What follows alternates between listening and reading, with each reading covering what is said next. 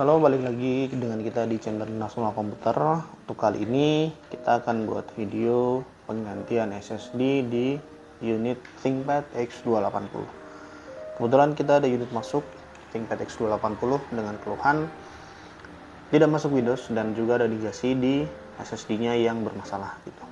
Jadi dari awal sudah dikasih keterangan untuk SSD-nya memang ada kendala dan tidak terbaca, jadi minta langsung diganti ke SSD aja.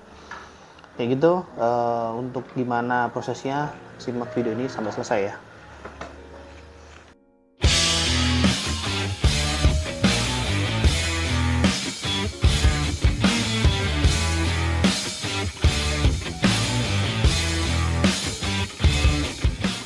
Oke, ini tadi ya. Jadi untuk unitnya ThinkPad X280 tidak masuk Windows dan indikasi SSD error atau tidak terbaca. Dan ada tambahan, jangan lama-lama ya Kak. Oke, jadi kita akan langsung kerjakan. Sebelumnya kita udah cek untuk unitnya, unit bisa nyala. Ini syarat utama, jadi sebelum kita melakukan penggantian kita harus pastikan dulu bahwa unitnya bisa nyala. Terus habis itu kita sudah cek di BIOS-nya juga, dan di BIOS memang masih terbaca untuk SSD-nya ini, cuman pas ketika kita masukkan ke Windows itu nggak mau atau gagal ngebaca si SSD-nya ini tadi kayak gitu. Nah, karena kita udah tahu masalahnya di mana, jadi nggak perlu berlama-lama, kita akan langsung ganti.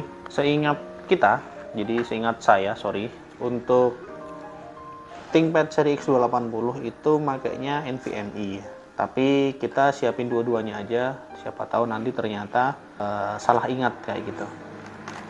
Oke, kita akan langsung proses. Obengnya nggak enak ternyata, bentar, cari obeng dulu. Pilih obeng, nah cutter sisa nggak? Cutter apa? Cici. Coba nggak. Oke, kita dapat obeng pengganti. Nah, enak. Pastiin semua udah nggak ada yang ngancing, semuanya selalu dibuka pakai opener. Paling aman ya pakai opener ya, meskipun mau pakai apapun itu opsional, tapi paling aman pakai opener. Posisi SSD-nya ini, jadi aturan pertama pas ketika ngebongkar laptop itu yang paling utama dan pertama banget harus dilakukan adalah lepas baterai dulu. Jadi sebelum kita ngelepas apapun yang ada di sini, baterai harus terlebih dahulu. Kita lepas baterainya. Kenapa baterai itu wajib dilepas dulu? Dan untuk seri ini karena seri lama ya, jadi baterainya itu masih jadi satu sama soketnya kayak gini, yang nggak pakai soket kabel kayak gitu. Sebenarnya seri lama juga ada yang pakai soket kabel, cuman untuk seri ini enggak gitu. Nah, ini kita harus lepas biar tidak ada konsleting. Nah, oke, baterai udah dilepas. Jadi misalkan nanti mau lepas kabel kayak gini, soket-soket kayak gini itu aman ya. Nah, terus ini untuk SSD-nya yang bermasalah tadi. Jadi karena ini udah laptop yang cukup lama ya, jadi ya pantas aja kalau untuk SSD-nya udah mulai rusak. Dan dia pakai NVMe SSD. Tampilannya udah kayak gini banget. Kelihatan? Oke, berarti sudah dipastikan kalau pakai NVMe. Oke, jadi ini kita pakai yang Vigen NVMe 256 sama kayak yang sebelumnya. Jadi untuk yang sebelumnya itu juga sama-sama 256 ya. Nah, ini 256, yang ini juga 256. Kita gantinya sama. Oke, lanjut kita pasang. Nah, ini pastiin sampai bener-bener masuk semua. Nah, terus dibaut lagi, jangan lupa, karena kalau nggak dibaut nanti bisa konslet, atau kalau misalkan nanti dia nggak dibaut terus pas tiba-tiba di tengah penggunaan itu geser dikit atau mungkin soketnya itu kegeser, itu nanti dia akan tiba-tiba blue screen atau langsung malah konslet atau short kayak gitu ya. Jadi itulah pentingnya kenapa setiap kali ngebongkar itu harus dipastiin bahwa udah tidak ada dagangan lagi yang masuk. Oke, kayak gini doang, jadi nggak ada yang lain-lain lagi. Terus untuk kamu di rumah yang mau langsung ganti sendiri ya, atau mungkin gue mau beli SSD-nya doang aja bang kayak gitu, terus mau diganti sendiri, nggak ada masalah kayak gitu. Yang penting ini tadi ya, pas ketika ngebongkar baterai harus dilepas dulu yang pertama. Terus yang kedua, pastiin kalian itu beli SSD yang cocok dengan unitnya. Jangan sampai nanti salah beli, apalagi belinya online ya. Kalau belinya online, otomatis nanti untuk pengembalian barangnya atau penukaran barangnya itu lebih ribet dan juga pasti makan waktu lebih lama kayak gitu. Karena kalian harus kembaliin dulu ke seller, seller diproses, terus habis itu baru dikirim balik lagi ke kalian kayak gitu. Terus untuk segala resiko itu ditanggung sendiri ya. Karena apakah ada resiko? Ada, tentu ada. Jadi untuk setiap penggantian komponen di laptop itu pasti akan ada resikonya. Makanya kalau memang kalian nggak yakin, langsung dibawa ke tempat servis aja kayak gitu. Dan kalau misalkan kalian mau bawa ke internasional komputer, itu nggak perlu repot-repot jauh ke internasional komputer yang ada di Solo kayak gitu, nggak perlu, karena kita udah ada 4 cabang ya. Jadi kita udah ada di 4 kota, yang mana 4 kota itu ada di Solo, Boyolali, Karanganyar, sama Salatiga. Jadi kalian bisa bawa ke store yang paling dekat dengan rumah kalian. Kayak gini doang, udah selesai, kita tutup. Terus habis itu untuk proses selanjutnya adalah instalasi. Jadi untuk instalasi kita pakai master dari official. Jadi master dari official Microsoft resmi. Terus untuk serial numbernya gimana? Untuk serial number itu nanti biasanya kalau memang dari si unit ini ada bawaan serial number Microsoft atau license Microsoft, itu nanti dia akan otomatis terupdate sendiri ya. Tapi jika nggak ada, kita menyediakan untuk serial number resmi atau Windows original. Itu nanti kalian bisa kontak langsung ke admin kita ya untuk menanyakan detailnya seperti apa. Kayak gitu. Ini kita akan langsung ke proses instalasinya. Saya ambil master Windowsnya kita dulu.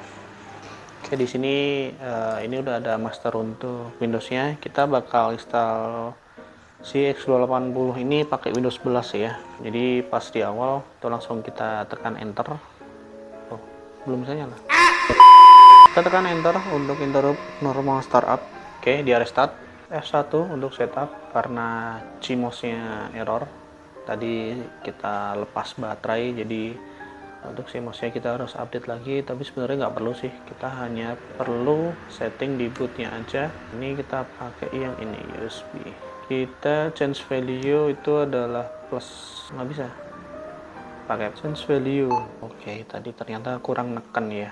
Oke, ini sudah. Terus untuk boot modenya quick udah bener. Secure boot kita matiin karena Windows 11 ini udah mati. Udah selesai, kita enter. Skip aja, nanti di setting belakangan untuk sistem time-nya. Kita install Windows 11 normal mode. Nah, jadi di proses yang instalasi ini adalah proses paling lamanya ya. Sebenarnya ya nggak terlalu lama banget sih, mungkin sekitar antara 10-15 menit kurang lebih, itu baru instalasi Windows-nya aja. Cuman kalau nanti sekalian sama update driver, terus install aplikasi tambahannya, itu mungkin bisa lebih lama, tergantung dari kecepatan. A few moments later. Oke, kita masuk ke setup wizard. Jadi udah selesai, kita tinggal setup aja. Terus masuk, ini tinggal di yes, di skip.